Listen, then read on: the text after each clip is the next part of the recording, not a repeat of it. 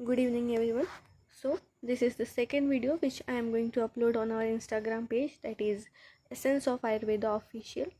So आज के video में, जैसा कि मैंने आपको कल वीडियो में फर्स्ट इंट्रोडक्शन वीडियो में बताया था कि हम आयुर्वेद को बेसिक से पढ़ेंगे। तो फर्स्ट ईयर में जब आयुर्वेद पढ़ाया जाता है, फर्स्ट प्रोफ में जब आयुर्वेद पढ़ाया जाता है तो एकदम बेसिक से हमें संहिताओं के बारे में एक्सप्लेन किया जाता है कि हमारी संहिताएं कौन सी हैं मेनली, और संहिताओं का क्लासिफिकेशन क्या होता है। सो आयुर्वेद के श्लोकों के मीनिंग एक्सप्लेन करने से पहले मैं एक एक करके एक्सप्लेन फर्दर वीडियोस में मैं श्लोकों के मीनिंग तो बताऊंगी ही, लेकिन उससे पहले हमें आयुर्वेद का इतिहास क्या है, एकदम डीप में नहीं जाएंगे क्योंकि हमें शॉर्ट में चीज़ों को कवर करना है, लेकिन बेसिक पता होना चाहिए। सो वो बेसिक बताने के लिए मैं आज वही बताने जा रही हूँ कि आयुर्वेद में जो ग्रंथ है, जो शास्त्र हैं, उनका कैसे क्लासिफिकेशन किया। So first of all Ayurveda में दो तरीके के क्लासिफिकेशन किए हैं, मतलब जो ग्रंथ हैं उनको दो इसमें डिवाइड किया गया है, जो कि आपकी स्क्रीन पे दिख रहा है, बृहत्त्रयी एंड लघुत्रयी। ये है बृहत्त्रयी। बृहत्त्रयी में 3 संहिताओं का वर्णन पाया जाता है, दैट इज चरक संहिता, सुश्रुत संहिता और अष्टांग हृदय।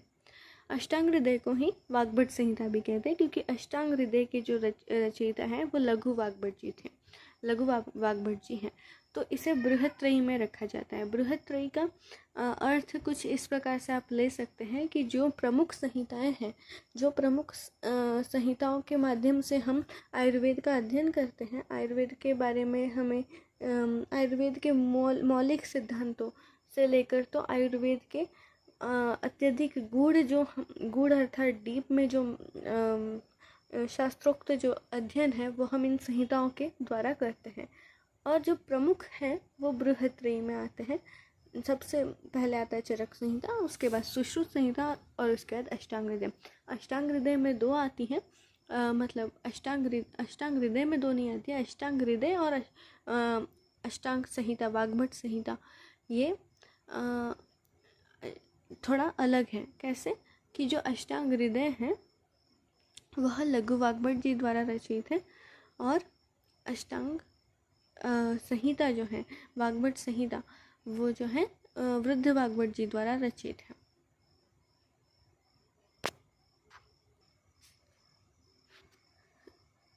सॉरी, थोड़ी सी मिस्टेक हो गई थी यहाँ कि अष्टांग हृदय और अष्टांग हृदय को ही वाग्भट संहिता कहते हैं, और एक होता है अष्टांग संग्रह। इन दोनों में फ़र्क क्या है? तो अष्टांग हृदय जो है वो लघु वाग्भट जी द्वारा रचित है, और अष्टांग संग्रह जो है वो वृद्ध वाग्भट जी द्वारा। अब ये जिनके नाम मैं ले रही हूँ ये आचार्य हैं, और लघु वाग्भट और वृद्ध वाग्भट ये जो है ये अलग अलग हैं। लघु वाग्भट जी द्वारा अष्टांग हृदय की रचना हुई है, और अष्टांग संग्रह की रचना वृद्ध वाग्भट जी द्वारा हुई है, और चरक संहिता की रचना अग्निवेश द्वारा हुई है। सो चरक, मैं इसको थोड़ा एक्सप्लेन करना चाहूँगी। चरक संहिता जो है वो चरक संहिता जो है वो आचार्य अग्निवेश द्वारा रचित है। अब अग्निवेश कौन है? सबसे पहले मैं ये सब संहिताएं मैंने बता दी आपको। बृहत्त्रयी में ये संहिताएं आती हैं, और लघुत्रयी, इसके बाद मैं आपको बताऊंगी लघुत्रयी में कौन सी संहिताएं आती हैं।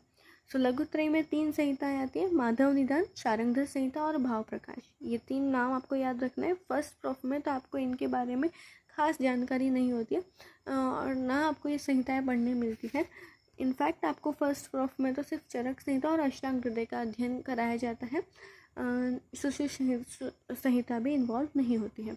लघुत्रयी में कौन सी संहिता आती है, उनके नाम सिर्फ आप याद रख लीजिए अभी के लिए। माधव निदान, शारंगधर संहिता और भाव प्रकाश। शारंगधर, आचार्य शारंगधर, ये आचार्य शारंगधर के नाम पे संहिता का नाम है। माधव निदान ये भी एक संहिता है, और भाव प्रकाश ये भी एक संहिता है। इनका भी उल्लेख आप फर्स्ट प्रोफ में कहीं ना कहीं देख लेंगे। जैसे शारंगधर संहिता का कई जगह उल्लेख आता है कि जैसे अब मैं आपको हर एक पॉइंट एक्सप्लेन करने जाऊंगी तो वो आपको कंफ्यूज हो सकता है। मैं आपको जैसे जैसे समय आएगा तब एक्सप्लेन करूंगी। जैसे अगर मैं आपको बताऊं कि शारंगधर संहिता का रेफरेंस आप फर्स्ट प्रूफ में कैसे देखेंगे, सो वो ऐसे देखेंगे। आपको चरक संहिता हो गई या अष्टांग हृदय की बात कर लेते हैं। वाग्भट संहिता जिसे हमने अभी देखी बृहत्त्रयी में, उसमें जो अष्टांग हृदय है उसमें जब भी कोई श्लोक होता है तो श्लोक में कुछ श्लोक ऐसे हैं जो जिन पे टीकाएँ लिखी हैं। टीका मतलब क्या, मॉडिफिकेशंस। टीका मॉडिफिकेशन होती है और टीकाकार जो मॉडिफिकेशन करते हैं। जैसे हमारा आप कॉन्स्टिट्यूशन ले लीजिए, कॉन्स्टिट्यूशन में कितने बार अमेंडमेंट हुई। डॉक्टर बाबा साहेब आम्बेडकर ने कॉन्स्टिट्यूशन तो लिख दिया लेकिन उसमें बदलाव लाए ना, समय पे बदलाव लाए, तो उसको हम अमेंडमेंट बोलते हैं। वैसे ही हमारे जो ग्रंथ हैं, आयुर्वेदोक्त ग्रंथ जो हैं, उनमें जब बदलाव लाए गए तो जिनके द्वारा लाए गए उनको टीकाकार कहते हैं, और जो बदलाव लाए गए उन बदलावों को टीका कहते हैं। तो कई जगह अष्टांग हृदय में आप देखेंगे कि शारंगधर जो है, आचार्य शारंगधर, इन्होंने टीकाएँ लिखी हैं, तो वहाँ पे आप ऐसे उल्लेख देख लेंगे। उसके अलावा अगर आप शारंगधर संहिता की बात करें तो ये फर्स्ट प्रॉफ में आपको एज अ सिलेबस नहीं मेंशन होती है। सो ये हो गए बृहत्त्रयी क्या और लघुत्रयी क्या।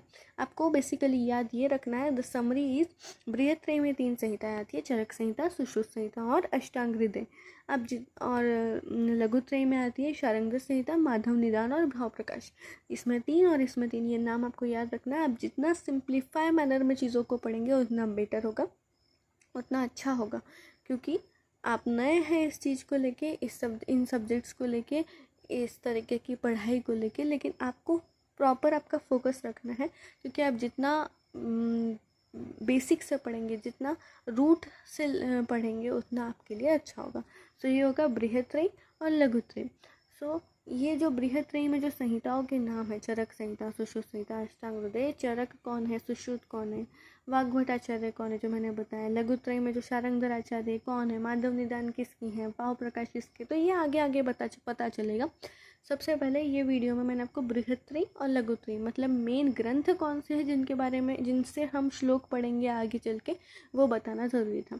उसके बाद मैं सिंपल मैनर में आपको एक शॉर्ट वीडियो के थ्रू जो इनमें संहिताएँ लिखी हैं, वो संहिता के रचनाकार कौन है वो बताऊंगी, और उसके अलावा आयुर्वेद का अवतरण कैसे हुआ वो बताऊंगी।